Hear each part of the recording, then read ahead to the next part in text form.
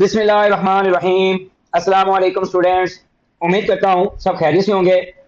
अच्छा बेटा, आप लोगों को आइडिया हो गया होगा कि हमारी जो नई बुक आ चुकी है जिसका नाम है जी कंप्यूटर साइंस एंड एंटरप्रेन्योरशिप। आज हम इसका पहला चैप्टर है जिसका नाम है जी कंप्यूटर नेटवर्क, इसको डिस्कस करेंगे। बेटा इस चैप्टर के अंदर आज का जो हमारा टॉपिक है वो है जी 1.1 इंट्रोडक्शन टू कंप्यूटर नेटवर्क। ये जो चैप्टर है ये बहुत ज्यादा इंपॉर्टेंट है क्योंकि आज की जो मॉडर्न डिजिटल दुनिया है उसको हम नेटवर्किंग के बगैर कंसिडर ही नहीं करते। तो बेटा लेक्चर को स्टार्ट करने से पहले मैं आपसे एक सिंपल सवाल पूछता हूं कि सुबह उठने के बाद आप में से कितने स्टूडेंट ऐसे हैं जो कि मोबाइल को यूज करते हैं, व्हाट्सएप वगैरह को चेक करते हैं, यूट्यूब को देखते हैं, इंस्टाग्राम, फेसबुक, टिकटॉक वगैरह को जो है वो यूज करते हैं, या फिर गूगल के ऊपर कुछ यही सर्च करते हैं। तो मेरे ख्याल से तकरीबन हम सब लोग ये काम रोज कर रहे होते हैं। लेकिन क्या आपने कभी ये सोचा है कि आपका जो मोबाइल है वो दुनिया के दूसरे कोने में मौजूद किसी भी इंसान को मैसेज सिर्फ कुछ सेकंड में भेजता है? तो वो कैसे हो रहा होता है? या आपने सोचा होगा जी यूट्यूब की जो वीडियो है फौरन आपको कैसे नजर आती है? या आपने देखा हम ऑनलाइन पेमेंट करते हैं फौरन से कैसे जो है वो पैसे हमारे ट्रांसफर हो जाते हैं? या आपने एटीएम को कभी गौर से देखा हो, पैसे निकालते हैं हमारी इंफॉर्मेशन सारी वहां से निकल आती है कि आपके पास पैसे हैं नहीं है, हर चीज हमें पता चल जाती है। तो इन तमाम सवालों का सिर्फ एक ही हमें जवाब मिलता है और वो है जी कंप्यूटर नेटवर्क। बेटा जब दो या दो से ज्यादा डिवाइसेस को आपस में हम कनेक्ट करते हैं और इंफॉर्मेशन को शेयर करते हैं तो इस अमल को, इस प्रोसेस को हम कहते हैं कंप्यूटर नेटवर्क। क्लियर है जी? तो आज की दुनिया में नेटवर्क सिर्फ कंप्यूटर तक मौजूद नहीं है।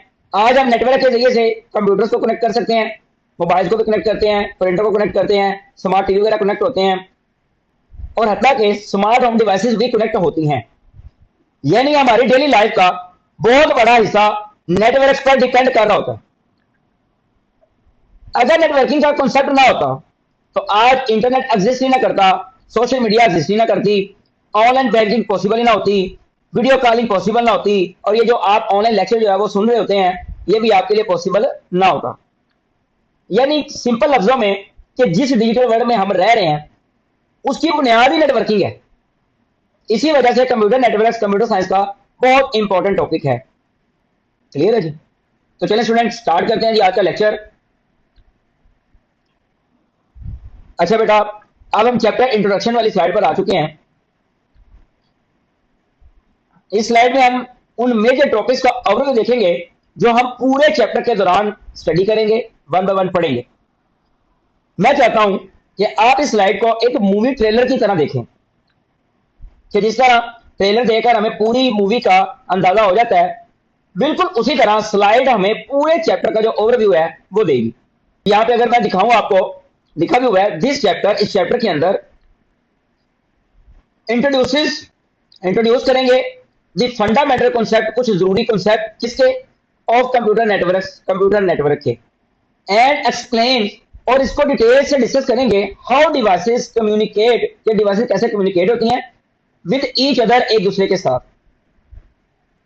आगे लिखा हुआ स्टूडेंट्स लर्न, मतलब बच्चों हम इसमें पढ़ेंगे अबाउट के बारे में नेटवर्क आर्किटेक्चर, मतलब हम इसमें पढ़ेंगे नेटवर्क आर्किटेक्चर के बारे में। नेटवर्क आर्किटेक्चर असल में क्या है ये हमें बताता है कि नेटवर्क का स्ट्रक्चर का डिजाइन क्या है, डिवाइस जो है वो किस तरह से कनेक्ट होती है, डाटा किस रूट से ट्रैवल होगा और कम्युनिकेशन किस तरह से स्टैब्लिश होगी। अगर मैं सिंपल वर्ड्स में कहूं तो नेटवर्क आर्किटेक्चर जो है नेटवर्क का ब्लूप्रिंट है, मतलब उसका नक्शा है। क्लियर है जी? फिर हम इसके की कंपोनेंट्स पढ़ेंगे, मतलब जरूरी जो इज्जा है,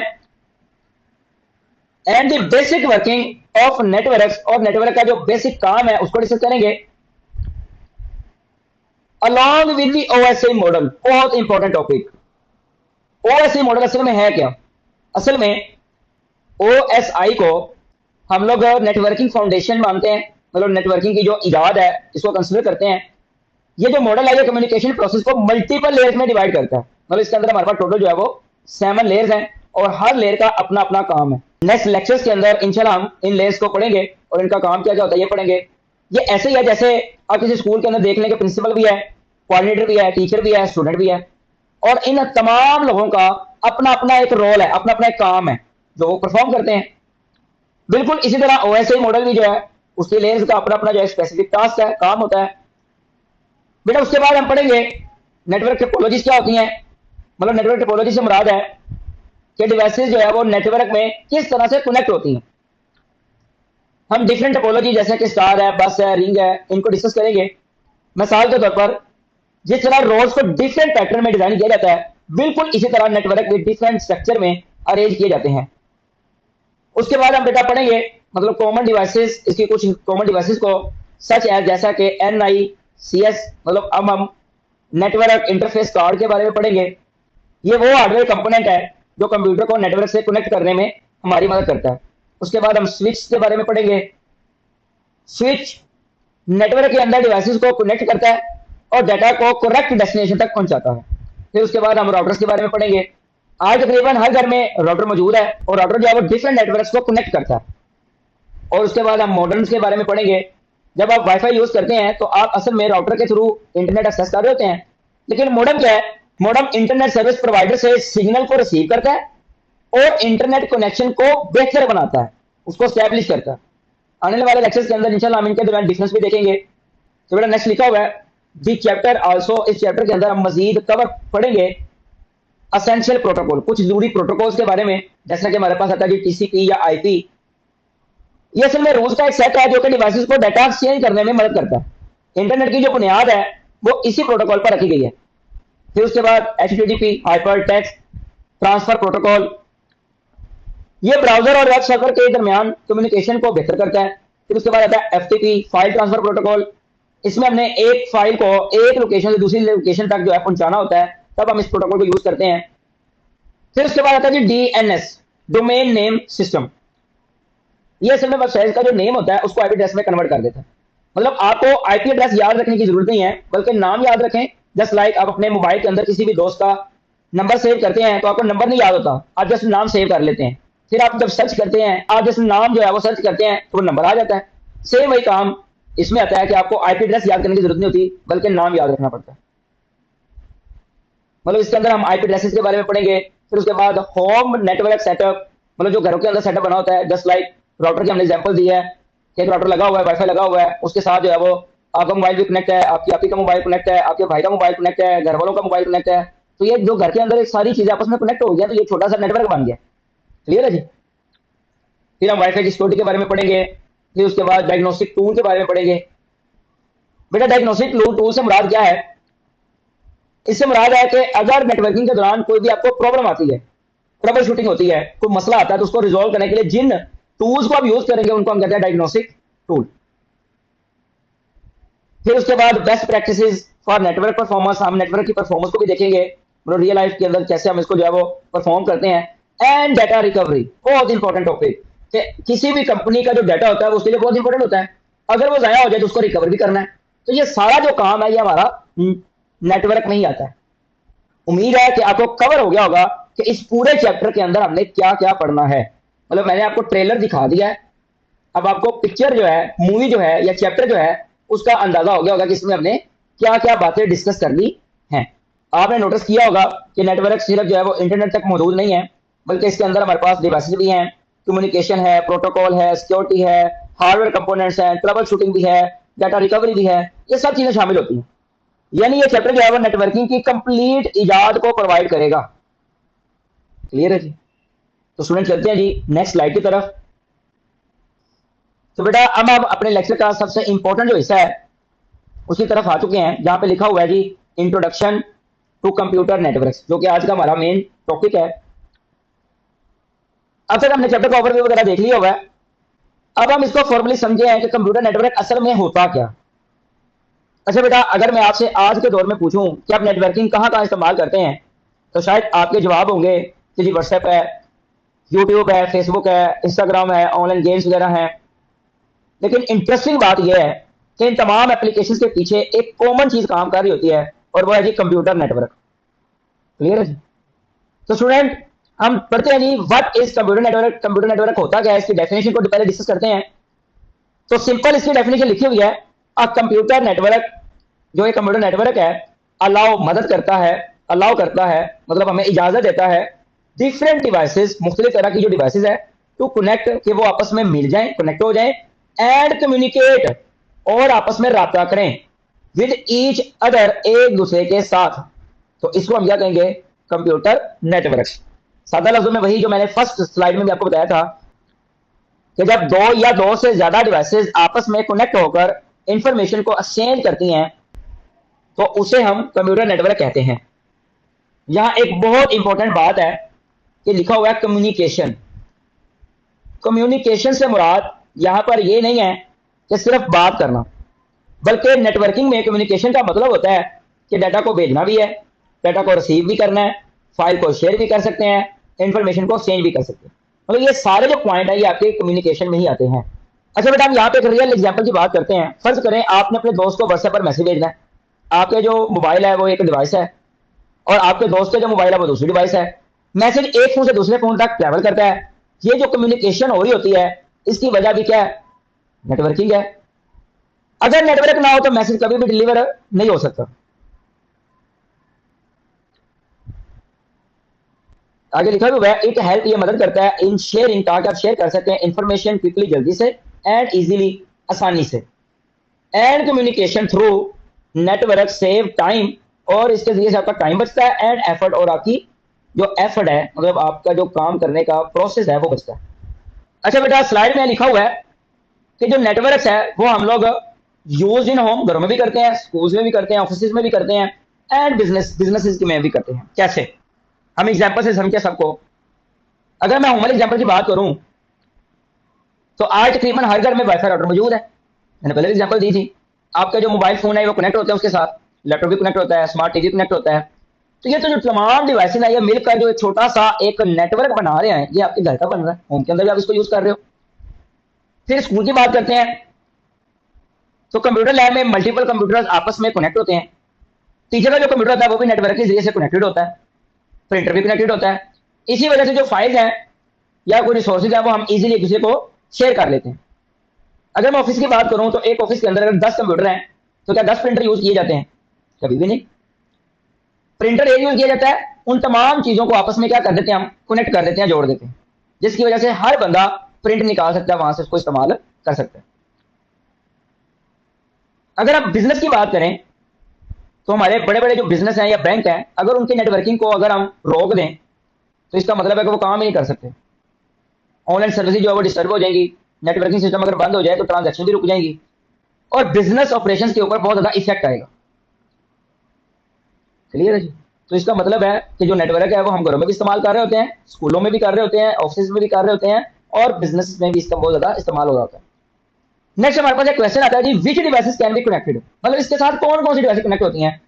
तो सिंपल है, कनेक्ट कंप्यूटर, इसके साथ कंप्यूटर भी कनेक्ट होते हैं, mobile phones, printers and other digital devices using cable, cable का इस्तेमाल करके भी, और वायरलेस सिग्नल या वायरलेस सिग्नल का इस्तेमाल करके भी।